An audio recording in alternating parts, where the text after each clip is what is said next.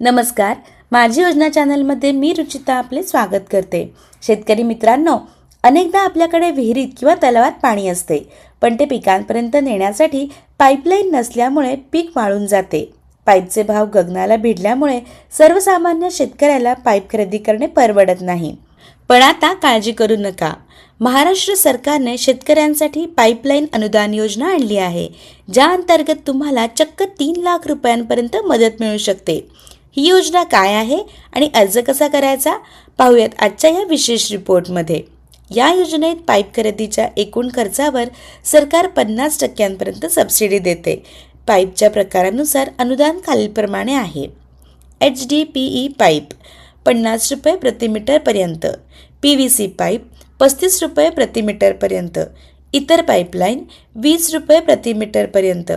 या योजनेची एकूण कमाल मर्यादा 3 लाख रुपयांपर्यंत आहे। या योजनेचे मुख्य फायदे: पाण्याची बचत, पाटाने पाणी भरताना होणारा अपव्यय थांबून थेंबन थेंब पिकाला मिळतो, खर्चात कपात, मजुरीचा खर्च वाचतो आणि सिंचन व्यवस्था सोपी होते, उत्पादनात वाढ, पिकांना वेळेवर पाणी मिळाल्याने उत्पादनात मोठी भर पडते। पात्रता आणि अटी: अर्जदार शेतकरी महाराष्ट्राचा रहिवासी असावा, शेतकऱ्याच्या नावे 7/12 उतारा असणे अनिवार्य आहे, तुमच्या 7/12वर पाणी उपलब्ध असल्याचा पुरावा, विहीर, बोरवेल किंवा तलाव असणे गरजेचे आहे, बँक खाते, आधार कार्डची लिंक, DBT ॲक्टिवेट असावे। आवश्यक कागदपत्रे: अर्ज करताना 7/12 आणि 8A उतारा, आधार कार्ड, बँक पासबुकची प्रत आणि रहिवासी दाखला ही कागदपत्रे सोबत ठेवा। या योजनेसाठी तुम्ही 2 प्रकारे अर्ज करू शकता। एक, ऑनलाईन, सरकारच्या अधिकृत महा-DBT फार्मर पोर्टलवर जाऊन सिंचन साधने आणि सुविधा या पर्यायामध्ये पाईपलाईन निवडून तुम्ही अर्ज करू शकता।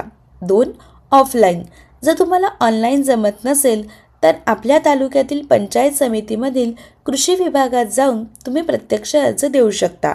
महागड्या पाईप्समुळे ज्यांची पाईपलाईन रखडली आहे अशा शेतकऱ्यांसाठी ही योजना एक सुवर्ण संधी आहे। वेळेत अर्ज करा आणि आपल्या शेतीला समृद्ध करा। मी रुचिता या माहितीसह इथेच थांबते। ही माहिती तुम्हाला आवडली असल्यास व्हिडिओला लाईक करा आणि माझी योजना चॅनलला सबस्क्राईब करा। धन्यवाद।